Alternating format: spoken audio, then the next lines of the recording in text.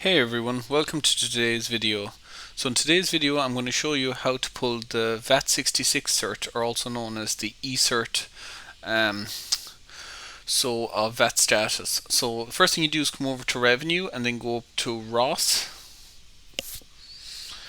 Okay, so we just need to log into ROS. So make sure you have your correct VAT or your correct ROS cert. Enter your password. Then we're going to log in. So to do this, there's two things. You either need to be the ROS administrator or you need to have access to manage your tax registrations. So you go down to other services and you go down to where it says manage tax registrations. So we're going to open that. So once we've opened that, we're going to go to the value added tax section. So here, if you go down to the very bottom, there should be an option that says eCert of VAT status. That is your VAT66. So what you're going to do is you're going to click on that, and it should generate this here for you. This is your VAT66, as you can see, and you can simply click download certificate.